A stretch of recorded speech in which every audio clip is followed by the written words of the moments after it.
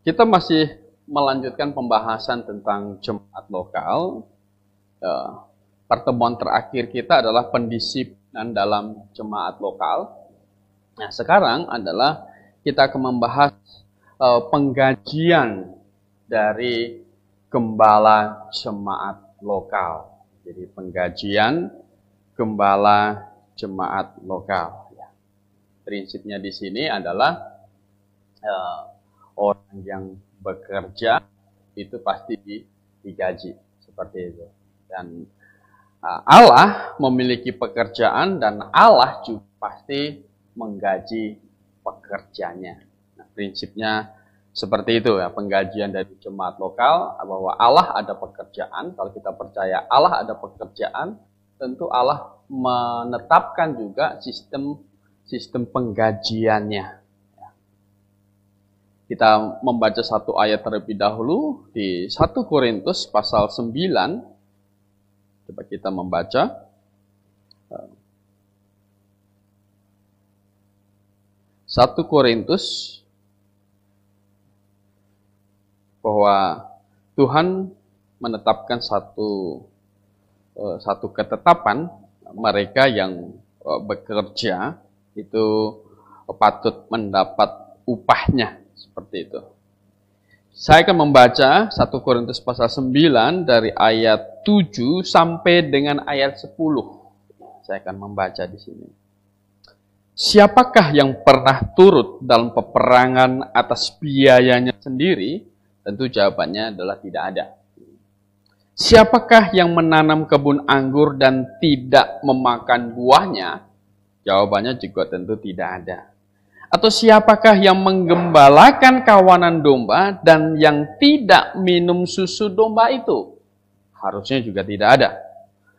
Apa yang kukatakan ini bukanlah hanya pikiran manusia saja.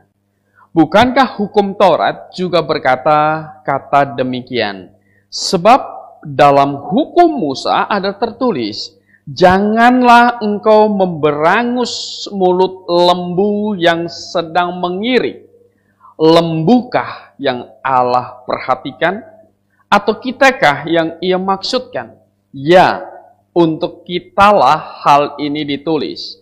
Yaitu pembajak harus membajak dalam pengharapan, dan pengirik harus mengirik dalam pengharapan untuk memperoleh bagiannya. Ya, jadi seperti itu. Ya. Nah, tentu gembala jemaat lokal itu tidak mungkin digaji oleh negara. Ya, jadi itu tidak mungkin digaji oleh negara. Kenapa? Karena sifat dari jemaat lokal ini adalah dia lokal dan independen. Ya, independen. Nah, independen ini merdeka. Ya. Otoritas tidak di bawah otoritas siapapun, gitu. Tetapi ini di bawah otoritas Tuhan. Dan jemaat itu tubuh Tuhan dan Yesus Kristus adalah kepala dari jemaat. Jadi juga tidak digaji oleh negara tentunya, bersifat independen, bersifat lokal. Ya, tidak digaji oleh yayasan juga, gitu. Karena Tuhan tidak mendirikan yayasan, Tuhan hanya mendirikan apa? Jemaat. Jadi karena sifat inilah tentu tidak digaji negara dan juga tidak digaji oleh yayasan kah, sinodekah atau apapun, tidak, karena sifat dari jemaat lokal itu sendiri. Nah, bagaimanakah sistem penggajian gembala dari sebuah jemaat lokal? Begitu.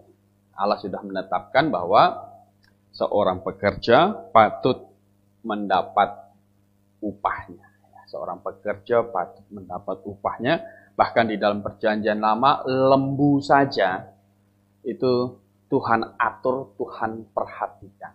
Dan itu dipakai ilustrasi oleh Rasul Paulus di ayat yang kita baca tadi. Nah, bagaimana Allah menggaji para pelayannya? Sebelum kita melihat bagaimana pelayan di perjanjian baru, kita melihat bagaimana Tuhan menggaji pelayan di perjanjian lama. Kita lihat seperti ini.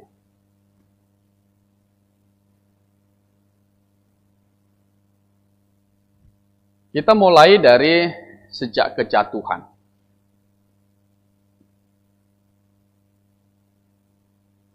Karena kalau manusia tidak jatuh ke dalam dosa, ya tidak perlu ada pelayan-pelayan Tuhan, begitu, tidak ada. Kemudian ini sampai hukum Taurat diturunkan. Ini Yohanes Pembaptis tampil. Kemudian Yesus Kristus disalibkan. Nah, kalau inilah jemaat lokal. Kemudian nanti Yesus datang kedua kali. Dan dia mendirikan kerajaan 1000 tahun.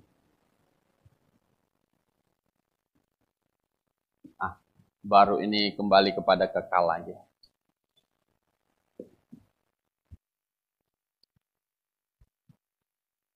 Nah, dari kejatuhan sampai hukum Taurat diturunkan, memang ada ibadah simbolik, sederhana yang Tuhan perintahkan,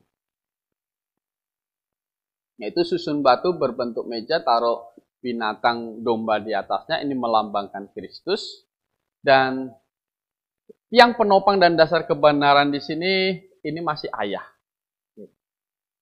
Ini ayah. Dan kemudian setelah banyak orang tua pada kacau begitu, ya kurang concern lagi, dan setelah Menara Babel, penduduk dunia sudah berserak kemana-mana, maka Tuhan membentuk satu bangsa untuk menjadi tiang penopang dan dasar kebenaran. Jadi hukum Taurat diturunkan, yang ibadah sederhana ini dipelihara di dalam kemah suci dan kemudian disempurnakan di dalam bait suci. Nah, begitu. Nah, di dalam bait suci ini, ketika masuk ke tanah Kanaan, Israel, bangsa Israel, ini semuanya itu ada 12 suku. 12 suku. Khusus satu suku, Tuhan mau satu suku ini melayani dia, mengatur persembahan, mengatur ibadah simbolik di dalam bait suci ini. Dan Tuhan tetapkan itu sebagai satu suku itu suku Lewi. Satu suku ini. Nah, semua suku yang lain, yang 11 suku yang lain, tidak bisa melayani di sini. Hanya suku Lewi ini Tuhan tetapkan sebagai pelayannya Allah di masa dari hukum Taurat sampai dengan Yohanes Pembaptis tampil. Jadi pelayan di bait Allah ini suku Lewi. Dialah yang mengatur segala ibadah di situ, seperti itu. Nah, ini pekerjanya. Di perjanjian lama ini pekerjanya. Ini disebut pekerjanya, pelayannya, pelayan Allah. Ini para pekerja Allah. Nah, para pekerja Allah ini bagaimana cara penggajiannya? Bagaimana cara penggajiannya? Nah, Allah menetapkan begini. Bahwa persepuluhan dari suku-suku yang lain itu ditetapkan sebagai milik Tuhan. Kalau kita membuka Imamat terlebih dahulu.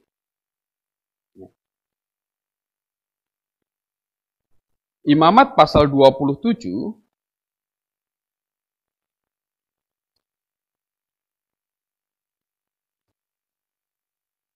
Ini bagian terakhir dari ayat 30 itu.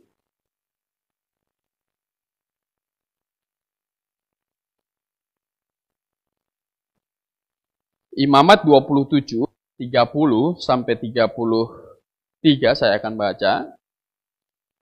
Demikian juga segala persembahan persepuluhan dari tanah, baik dari hasil benih di tanah maupun dari buah pohon-pohonan adalah milik Tuhan. Jadi ditetapkan seperti itu. Jadi segala persembahan persepuluhan itu adalah milik Tuhan. Itulah persembahan kudus bagi Tuhan. Tetapi jikalau seseorang mau menebus juga sebagian dari persembahan persepuluhannya itu, maka ia harus menambah 1/5. Mengenai segala persembahan persepuluhan dari lembu sapi atau kambing domba, maka dari segala yang lewat dari bawah tongkat gembala waktu dihitung, setiap yang ke-10 harus menjadi persembahan kudus bagi Tuhan. Jangan dipilih-pilih mana yang baik dan mana yang buruk, dan janganlah ditukar. Jikalau orang menukarnya juga, maka baik hewan itu maupun tukarannya harus kudus dan tidak boleh ditebus. Nah, waktu itu adalah sumber penghidupan itu dari ladang dan dari peternakan, gitu. Jadi hasil bumi dan dari peternakan. Nah, kalau ternak gimana? Ya, itu hasilnya, gitu. Misalnya, ternak, gitu. Hasilnya berapa? Maka yang ke-10 itu adalah yang persepuluhan. Hitung satu ternak ini yang hamil berapa biji, gitu kan? Misalnya 5. Gitu. Semua anak berapa? Anaknya misalnya 50 kambing. Hitung aja. 1, 2, 3. Nah, sampai ke-9 itu milik kita. Milik pengusahanya. Gitu. Yang ke-10 itu harus menjadi persepuluhan. Nah, itu ditetapkan seperti itu. Nah, kemudian ini milik Tuhan. Jadi persepuluhan itu ditetapkan sebagai milik Tuhan. Yang ke-10 itu milik Tuhan. Kalau hasil domba yang ke-10 itu milik Tuhan. Dan ini kemudian ditetapkan di Bilangan pasal 18 ayat 21. Kita buka. Bilangan pasal 18, Bilangan pasal 18 ayat 21.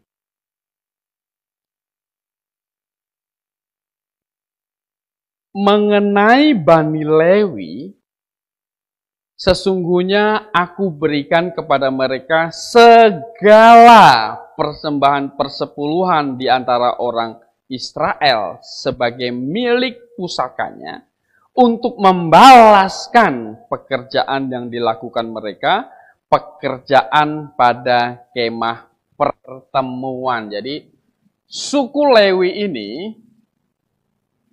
ini Tuhan gaji, katanya apa? Membalas pekerjaannya ini dengan persepuluhan suku yang lain yang diberikan kepada Tuhan. Karena 10% ini ditetapkan sebagai milik Tuhan. Nah, gitu. Ini milik Tuhan.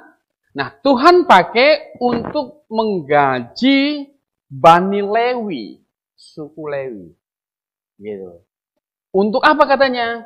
Untuk membalas pekerjaan yang dilakukan mereka, pekerjaan pada kemah pertemuan. Jadi waktu itu di padang gurun memang kemah, kemudian Daud nanti Salomo membangun bait suci. Nah, disinilah Bani Lewi melayani Tuhan itu, seperti itu. Nah, jadi itu ditetapkan seperti itu di persepuluhan dari 11 suku itu adalah milik Tuhan. Kemudian itu diberikan oleh Tuhan kepada Bani Lewi. Nah, jadi sistem penggajian pelayan Tuhan di dalam perjanjian lama adalah Tuhan menggunakan milik dia untuk menggaji para pekerjanya, ya, suku Lewi itu. Nah, sebenarnya persepuluhan ini bukan ujuk-ujuk datang atau bukan datang pada hukum Taurat saja. Sebelum hukum Taurat, ada beberapa catatan di dalam Alkitab. Ini orang-orang sudah memberikan persepuluhan. Contoh misalnya, Kejadian pasal 28. Ini Yakub. Yakub ini leluhur orang Israel. Dari dialah nama Israel itu.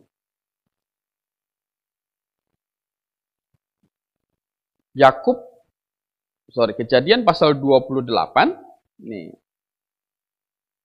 Di ayat yang kedua-dua. Ini ketika Daud mimpi. Dia mau pergi ke tempat Laban ini.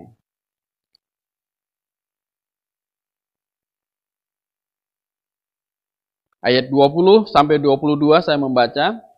Lalu bernazarlah Yakub jika Allah akan menyertai dan akan melindungi aku di jalan yang kutempuh ini, memberikan kepadaku roti untuk dimakan dan pakaian untuk dipakai, sehingga aku selamat kembali ke rumah ayahku, maka Tuhan akan menjadi Allahku.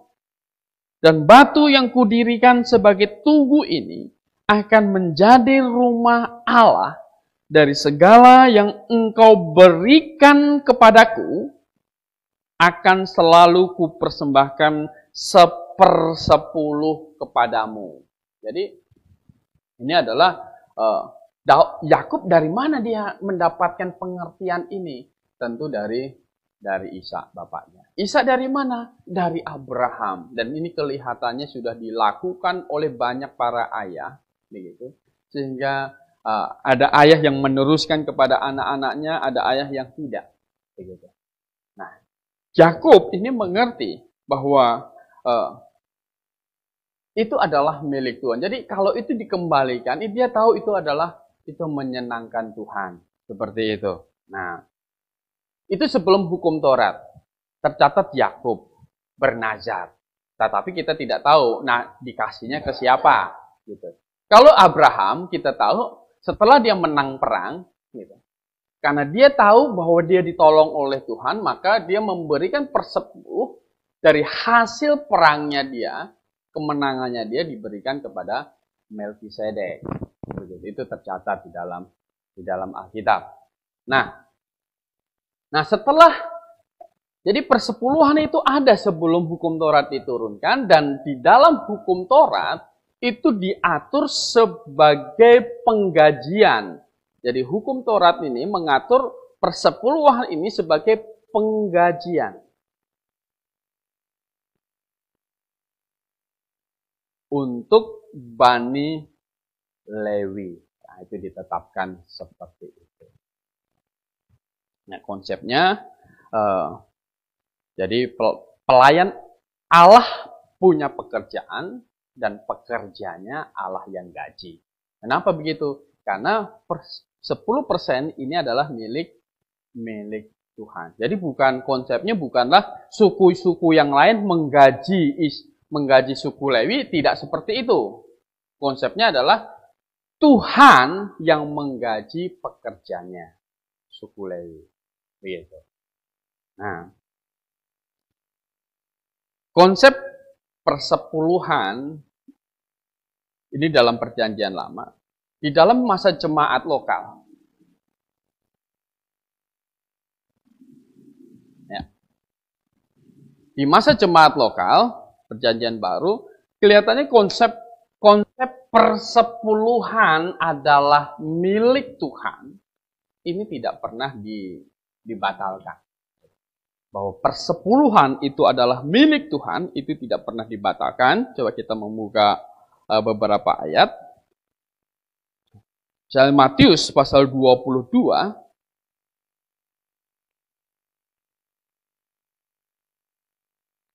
Matius pasal 22. Jadi ini perikop setelah Tuhan berkata dia akan mendirikan jemaatku. Matius pasal 22, ketika ia ditanya untuk membayar pajak atau tidak, dari ayat 21.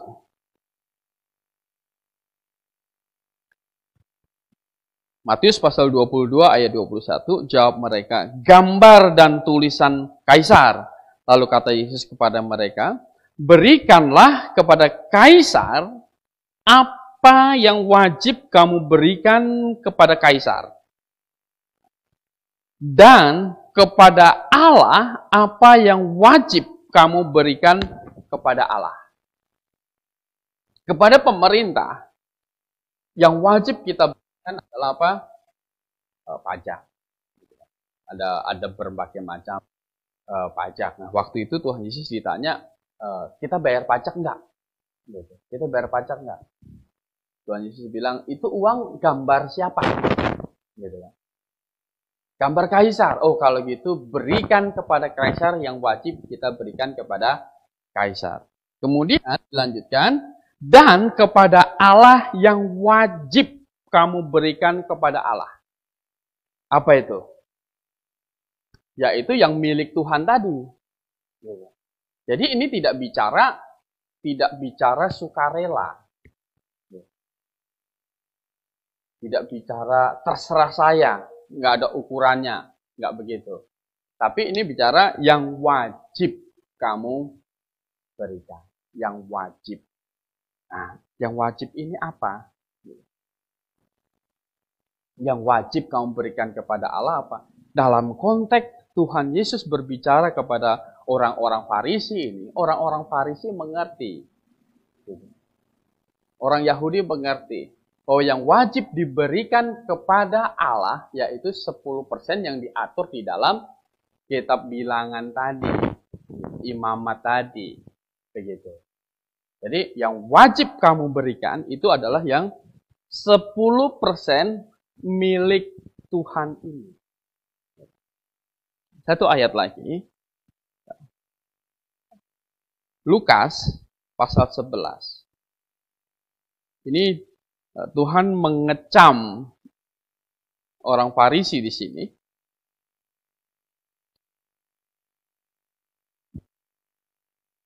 Lukas pasal 11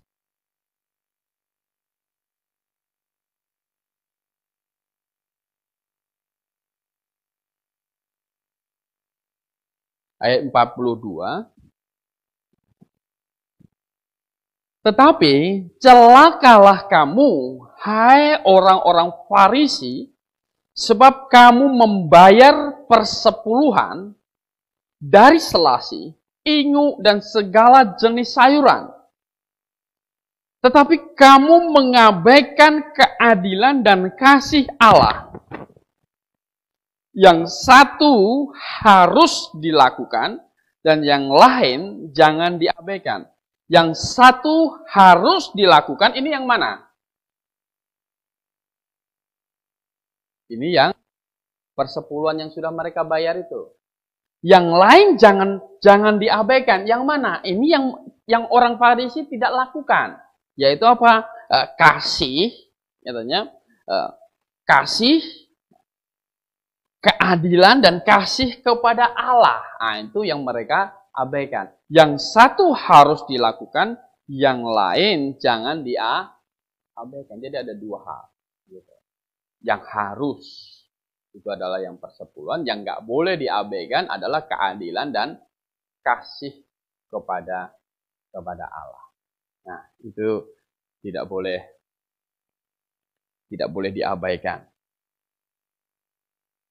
Jadi konsep bahwa 10% milik Tuhan itu sebenarnya sudah ketetapan dari manusia, dari kejatuhan, sampai terakhir nanti. Artinya itu adalah sebuah pengakuan bahwa kita ini memakai punya siapa? Punya Tuhan. Sebenarnya semua orang yang hidup di muka bumi ini memakai semua yang punya siapa? Tuhan. Tukang kayu, itu pakai punya Tuhan nggak? Hah? Ya pakai punya Tuhan, gitu kan? Kayunya, jadi dia bisa bikin pohon. Ya, tukang kayu bisa bikin pohon. Nanam pohon bisa, tapi nggak bisa bikin pohon. Tukang komputer. Pakai punya Tuhan nggak? Gimana? Kalau kamu susah temukan saya nggak pakai punya Tuhan, paling tidak oksigen itu punya siapa? Itu. Saya pakai punya Tuhan. Yang kamu hirup itu apa? Memang kamu yang bikin oksigen itu. Kita semua pakai punya Tuhan. Nah, ada yang mengakui dan ada yang tidak mengakui. Orang yang lahir baru, yang sudah diselamatkan harusnya mengakui kita pakai punya Tuhan.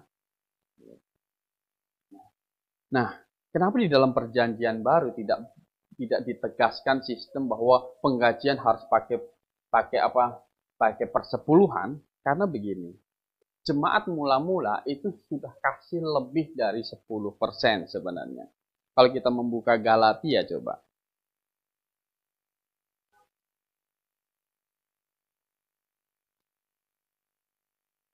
Galatia pasal 6.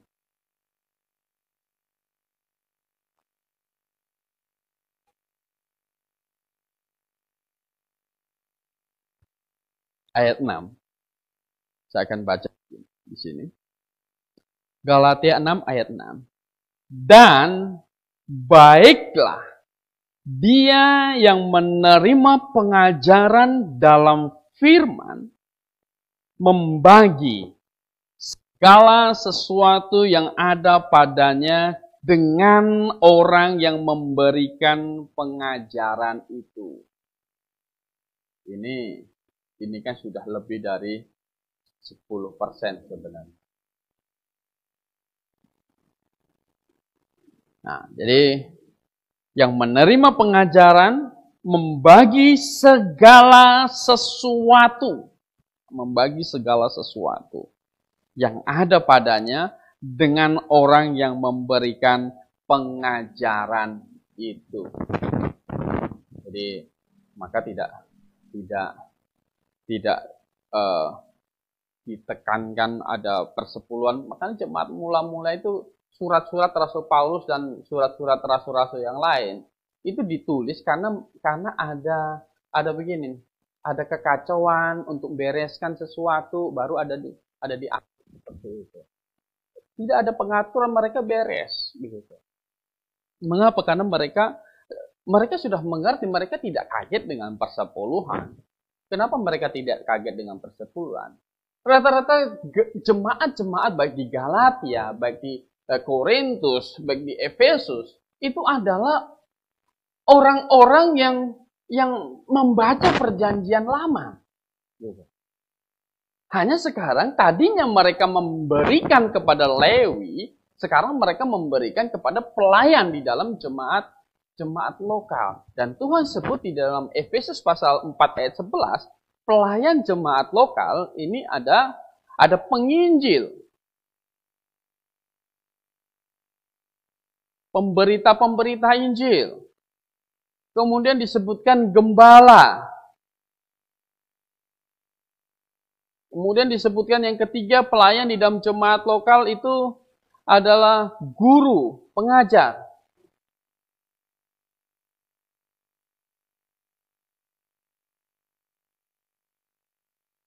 Jadi mereka mengenai persepuluhan milik Tuhan, mereka sudah mengerti karena mereka membaca perjanjian lama, ya kan? Mereka tahu itu bahwa persepuluhan itu adalah milik Tuhan, itu sudah mereka pahami begitu.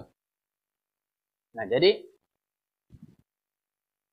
kalau sistem penggajian di dalam jemaat lokal, kita bicarakan ini gembala, memakai persepuluhan ini Alkitabiah tidak. Maka jawabannya adalah apa? Alkitabiah. Jadi kalau di sini ini Allah. Dari hukum Taurat diturunkan sampai Yohanes Pembaptis tampil, pekerjanya ini adalah suku pekerja Allah. Kalau di dalam jemaat lokal itu disebutkan ini. ini bekerja. Ini milik Tuhan. Persepuluhan adalah milik Tuhan. Kalau di dalam PL, Tuhan memakai persepuluhan milik dia untuk menggaji Israel, menggaji suku Lewi, itu Alkitabiah. Tuhan sudah tetapkan. Nah, kalau di dalam perjanjian baru, di jemaat lokal, Tuhan menggajinya dengan menggaji para pelayannya ini dengan persepuluhan, ini juga adalah Alkitabiah. Karena sistemnya milik Tuhan. Tuhan menggaji para pelayannya. Begitu. Nah, semua sistem yang Alkitabiah adalah penggajiannya pakai persepuluhan, tetapi dengan sistem pembatasan. Mengapa sistem pembatasan? Karena kalau di dalam jemaat, gitu, di dalam satu jemaat lokal begitu, ini ada 1.000 orang anggota jemaat, 1.000 kasih persepuluhan, kemudian diambil semua oleh gembala. Ini akan jadi mendatangkan apa? Mendatangkan ini pelayanan ini jadi kayak bisnis saja. Dapat mimpi sebentar, silahkan. Kemudian jadi apa? Pelayan. Jadi kayak bisnis. Ini sistem tidak Alkitab. Jadi semua persepuluhan diambil satu orang, itu tidak Alkitab. Yang benar adalah pakai pembatasan. Kenapa pakai pembatasan? Karena bagaimana pola pembatasan yang baik? Di Israel, contoh bangsa Yahudi ini, bangsa Israel ini baik. 11 suku, 11 persepuluhan itu diberikan kepada satu. Jadi kalau kita terapkan di sini, pembatasan yang baik adalah apa? Satu jemaat, ini 11 persepuluhan untuk apa? Untuk satu.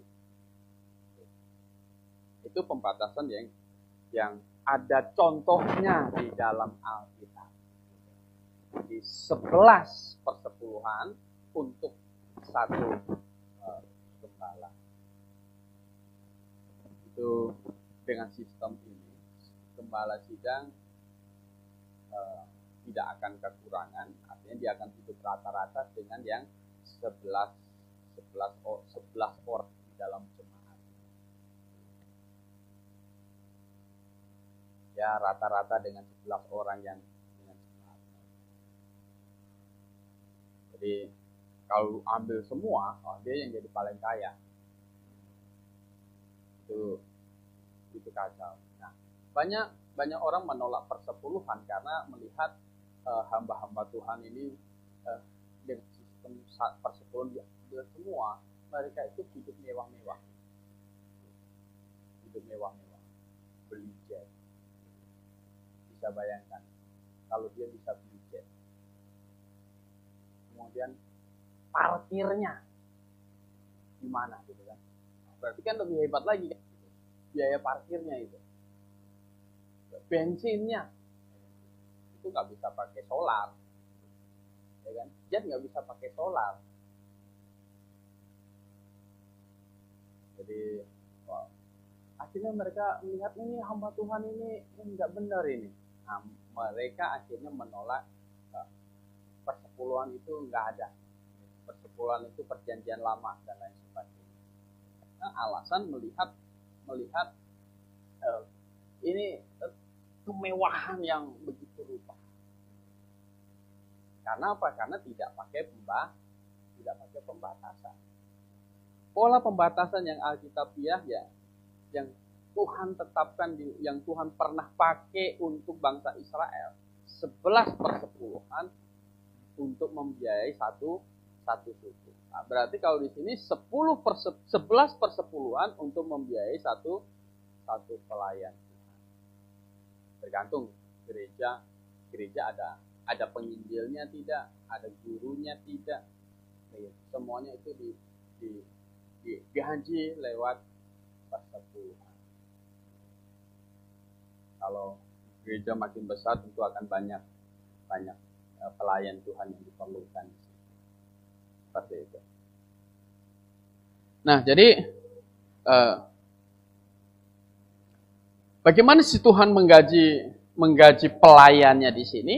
Maka milik Tuhan, 10% milik Tuhan ini tidak pernah dibatalkan, maka sangat alkitabiah kalau Tuhan memakai jemaat lokal memakai sistem ini, yaitu persepuluhan ini untuk menggaji para pelayan Tuhan di dalam jemaat lokal ini. Tentu dengan pembatasan, begitu. Dengan pembatasan. Nah, jadi sikap kita, sikap jemaat, sikap orang percaya dalam memberikan persepuluhan itu adalah nomor satu. Itu kita memberikan di tempat yang tepat dulu. Artinya apa? Temukan dulu jemaat gereja yang benar. Jangan sampai kita terhitung mendukung jemaat yang salah. Ya, jadi sikap kita adalah nomor satu, temukan dulu jemaat yang benar. Supaya kita, kenapa kedinginan? Boleh dimatikan satu. Ya, jadi itu yang pertama. Kemudian kita memberikan persepuluhan tidak seperti hati di dalam suku-suku Israel memberikan persepuluhan. Karena kalau di dalam suku-suku Israel memberikan persepuluhan itu menjadi paket kutuk dan berkat juga.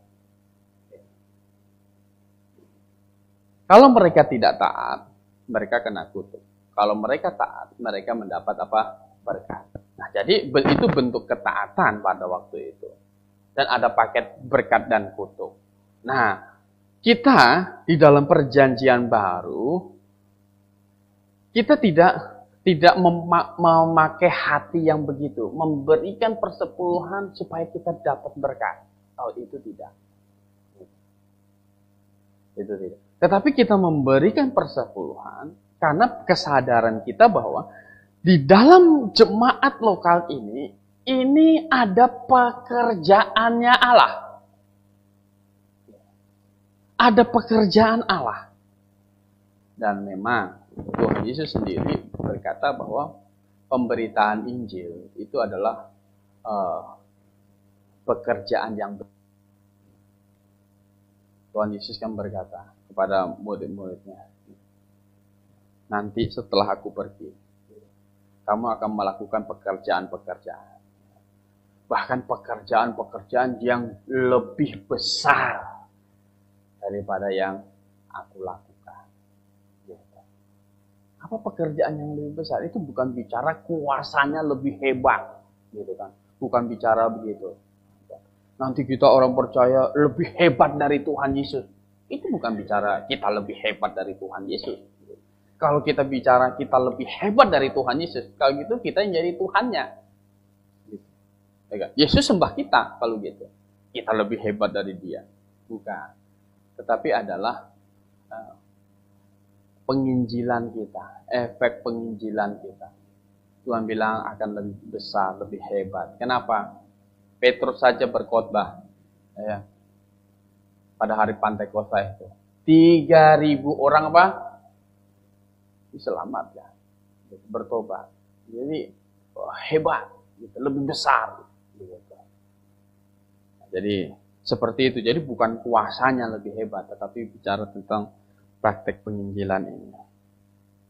Dan hati kita di dalam kita memberikan yang milik Tuhan ini, kita punya kesadaran bahwa 10% ini milik Tuhan. Nah, Tuhan memakai ini untuk membiayai, menggaji para pelayannya. Ketika kita memberikan ini, ada kesadaran demikian, berarti kita sadar, kita ini ikut mengestafetkan apa? Kebenaran. Kalau sistem penggajian di dalam jemaat lokal tidak jelas. Misalnya apa? Gaji ditentukan oleh jemaat. Kalau gitu, siapa bosnya sekarang? Hah? Jemaat yang umur 17 tahun, umur 13 tahun, kan gitu, udah dibaptis misalnya, semua jadi anggota jemaat menentukan gaji gembalanya. Gitu.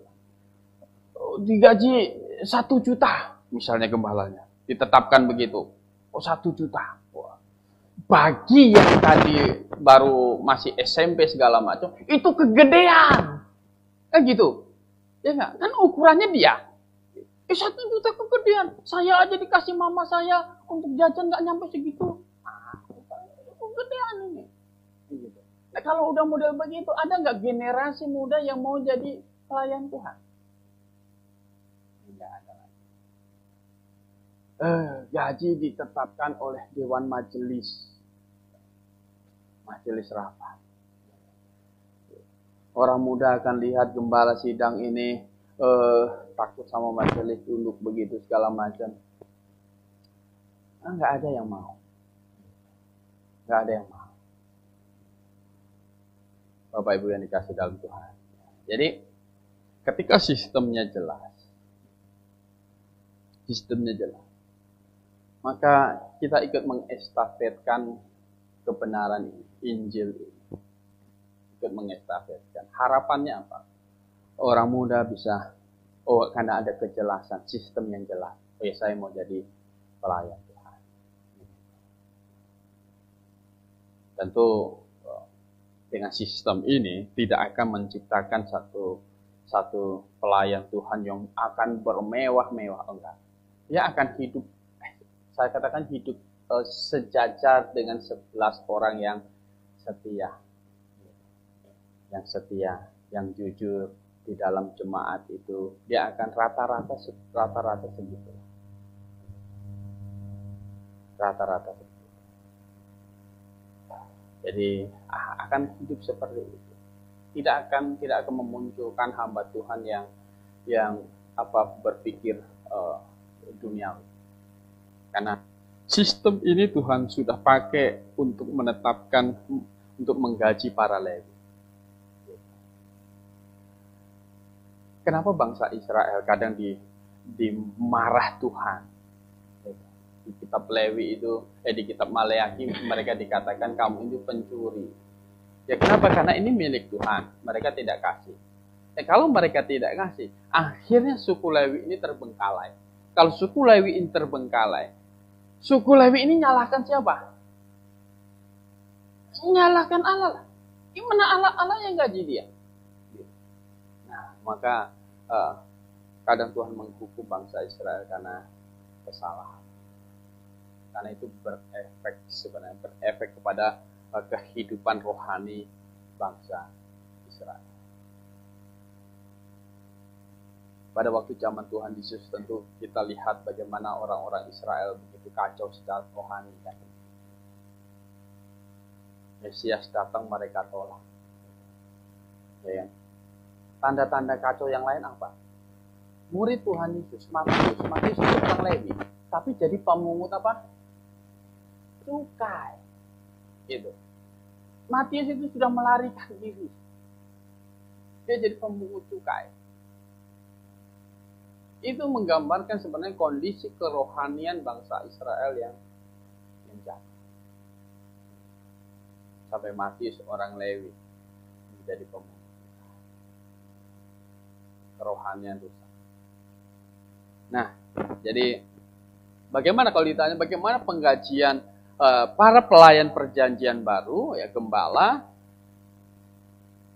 maka Tuhan menggajinya dengan persepuluhan yang adalah milik dia, tentu dengan pembatasan. Kalau tidak dibatasi juga tidak alkitabiah, dengan pembatasan. Ya, baik. Ya, untuk pembahasan malam hari ini penggajian gembala jemaat. Silahkan kalau ada pertanyaan.